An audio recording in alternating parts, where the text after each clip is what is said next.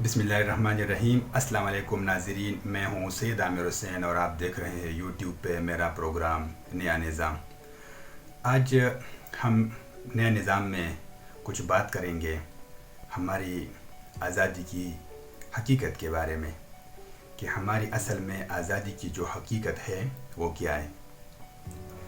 کل 14 اگست تھا۔ پورے ملک میں بڑے جوش و خروش کے ساتھ لوگوں نے جشن آزادی کو منایا ہے، اور جو دنیا کے بہت سارے ممالک میں ہمارے جو پاکستانی تھے انہوں نے بھی بہت جوش و خروش کے ساتھ 14 اگست منایا ہے۔ اور جس طرح ہم ہر سال 14 اگست کو بڑے جوش و خروش کے ساتھ مناتے ہیں، آزادی کا دن مناتے ہیں، تو اصل میں ہم نے تو آزادی حاصل کی تھی 1947 میں، لیکن ہم تھوڑی سی جو تاریخ میں دیکھتے ہیں، تاریخ پہ نظر ڈالتے ہیں، تو ہم کہتے ہیں کہ اصل میں تھوڑی سی آج بات کر لیتے ہیں کہ ہماری آزادی اس کی حقیقت کیا ہے۔ پاکستان اصل میں برطانیہ کے پارلیمنٹ کے ایک قانون کے تحت وجود میں آیا تھا۔ برطانوی پارلیمنٹ نے ایک ایکٹ بنایا جس کے تحت ہمارا ملک پاکستان مارز وجود میں آیا۔ جب ہمارا ملک پاکستان مارز وجود میں آیا تو اس کے بعد جو گورنمنٹ آف انڈیا ایکٹ تھا 1935 کا، وہ ہمارا بنیادی آئین بنا۔ جو ہمارا بنیادی آئین تھا وہ گورنمنٹ آف انڈیا ایکٹ 1935، جس کو انگریز نے بنایا ہوا تھا، وہ اصل میں ہمارا بنیادی آئین بنا۔ جو فوج اور بیوروکریسی، جس کو ہم سول انتظامیہ کہتے ہیں، وہ بجائے گورنر جنرل کے وہ تاج برطانیہ کے ڈائریکٹ اس کے ماتحت ہوا کرتی تھی۔ اس وقت کی جو فوج اور جو سول انتظامیہ، جس کو ہم بیوروکریسی کہتے ہیں، وہ اصل میں بجائے گورنر جنرل کے وہ تاج برطانیہ کے ماتحت ہوا کرتے تھے۔ اور جو پاکستان کا جو گورنر جنرل ہوتا تھا وہ ایکچولی تاج برطانیہ کے نمائندے کی حیثیت سے ملک کا اعلیٰ ترین عہدیدار ہوا کرتا تھا۔ یہ تاریخ ہے، یہ تاریخ میں لکھی ہوئی باتیں ہیں، لیکن بدقسمتی سے ہمیں یہ باتیں نہ کوئی بتاتا ہے، نہ ہم تاریخ پڑھتے ہیں، نہ ہمیں کوئی سکھاتا ہے یہ باتیں، لیکن یہ تاریخ کا حصہ ہے۔ یہ ساری باتیں تاریخ میں لکھی ہوئی ہیں۔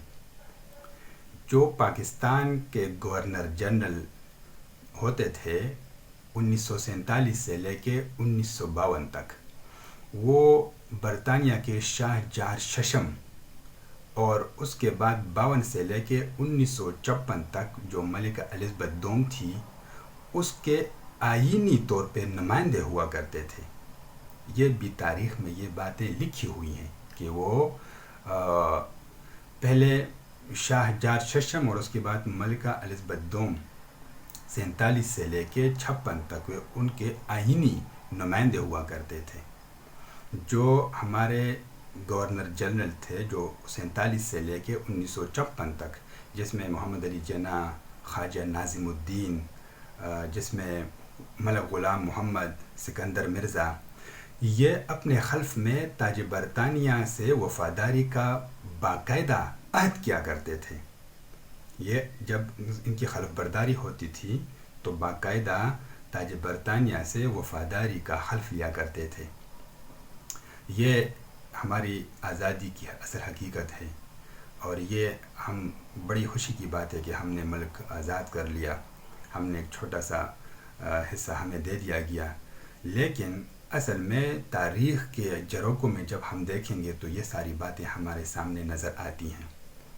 جو ہماری پہلی دستور ساز اسمبلی تھی، اس کا جو چیئرمین تھا وہ جوگیندر ناتھ منڈل تھا۔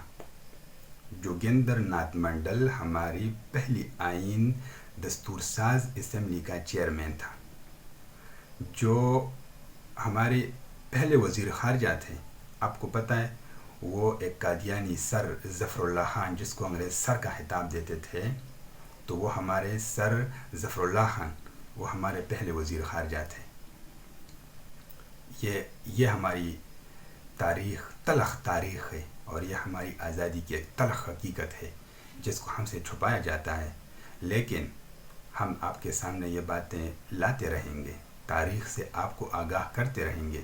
یہ ہمارا حق ہے، یہ ہمارا فرض ہے۔ آپ کو پتہ ہے ہماری فوج کے پہلے 2 جو سربراہ تھے، جس کو ہم آرمی چیف کہتے ہیں، وہ انگریز تھے۔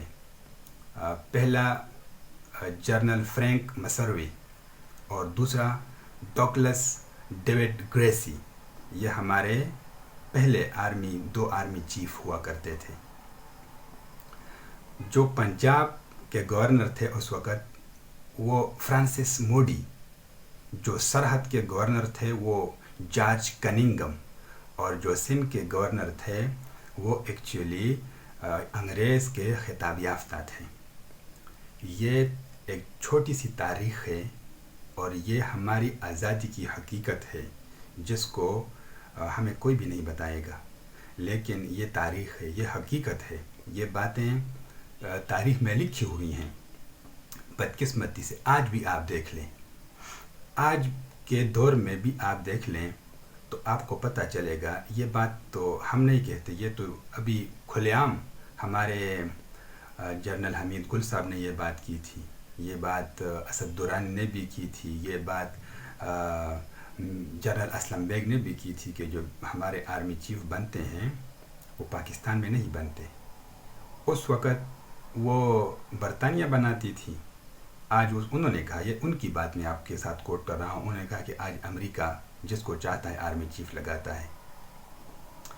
اس بات کو تقویت اس بات سے ملتی ہے کہ جب ہمارے ملک کا سب سے پاورفل جرنیل، جس کو ہم مشرف کے نام سے جانتے ہیں، جب وہ عوام کے سامنے آ کے منہ کہلاتا تھا، اس کو جب ایک کال آئی کہ whether you are with us or against us، ہمارے ساتھ ہو کہ ہمارے مخالف ہو، تو اس نے ایک فون کال پہ ہاں کر دی تھی۔ اس کے علاوہ اور بہت ساری باتیں ہیں۔ اگر ہم دیکھ لیں، اگر ہم کہیں کہ ہم آزاد ہیں، تو جس کو ہم اپنا دشمن ملک کہتے ہیں، اس کا ایک جاسوس جس نے خود یہ کنفیشن کیا ہے، اس نے خود یہ باتیں مانی ہے کہ میں پاکستان میں دہشت گردی کرتا تھا، میں نے سینکڑوں ہزاروں لوگ مارے ہوئے ہیں، وہ ہم نے پکڑا ہوا ہے کلبھوشن یادو، لیکن ہم اس کو سزا نہیں دے سکتے۔ ہم نے ایک اور اپنے دشمن ملک کا ایک بندہ، ایک پائلٹ، اس کو ہم نے پکڑا، ابھینندن کو، اس کو ہم نے 24 گھنٹوں کے اندر اندر حوالے کر دیا۔ اس کے علاوہ ریمن ڈیوس نے دن دہاڑے لوگوں کو قتل کیا، لوگوں کو قتل کرنے کے بعد اس کو بڑی آسانی سے ہم نے جانے دیا۔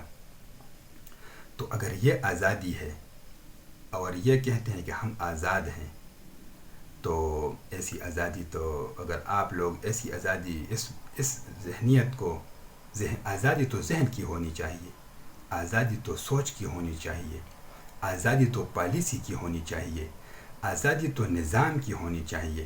جو نظام 150 سال پہلے انگریز نے لکھ کے ہمیں دے دیا تھا، وہی نظام آج تک بھی چل رہا ہے۔ آیا کوئی اس نظام کو چینج کر سکتا ہے؟ نہیں کر سکتا۔ تو کیا ہم آزاد ہیں؟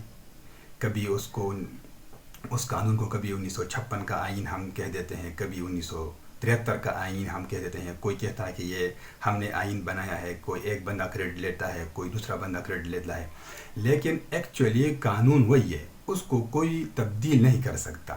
اگر آپ ہماری آج تک، ابھی آپ کو پتہ ہے معین قریشی وزیر اعظم ہم امپورٹ کرتے ہیں باہر سے، جو ہمارے ایک اور وزیر اعظم تھے شوکت عزیز، اس کو ہم نے امپورٹ کیا ہوا تھا۔ ہماری کابینہ میں لوگوں کو امپورٹ کیا جاتا ہے، اہم لوگوں کو امپورٹ کیا جاتا ہے۔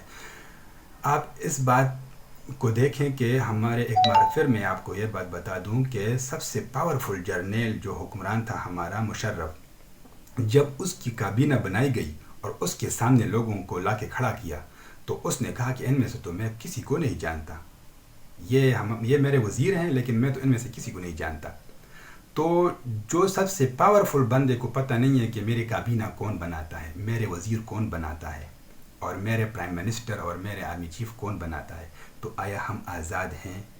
اگر اس کو ہم آزادی کہتے ہیں تو پھر میری طرف سے بھی آپ سب لوگوں کو آزادی مبارک ہو. لیکن ہمیں ان باتوں پہ سوچنا ہوگا.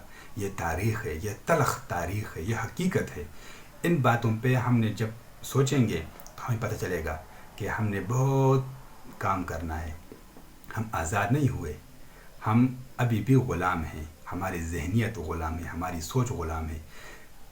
حقیقی آزادی حاصل کرنے کے لیے ہم نے جدوجہد کرنی ہوگی. ہم نے قوم بننی پڑے گی، ہمیں ایک قوم بننا پڑے گا. انشاءاللہ ہم قوم بنیں گے تو ہم تب آزاد ہوں گے. اگر آپ کو ویڈیو پسند آئی ہے تو برائے مہربانی ویڈیو کو لائک کریں، ویڈیو کو شیئر کریں اور میرے یوٹیوب چینل کو سبسکرائب کریں. السلام علیکم.